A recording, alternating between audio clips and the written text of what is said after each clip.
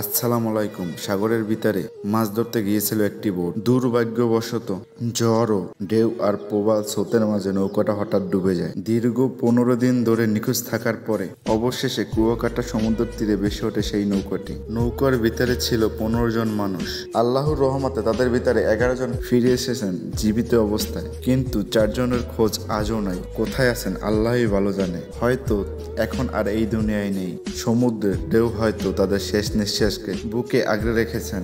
আকাশের তারা আজও হয়তো তাদের গল্প ভুলে যায়, আর জেলেদের পরিবারগুলো আজও মনে হয় ফিরে থাকে এই সাগরের দিকে।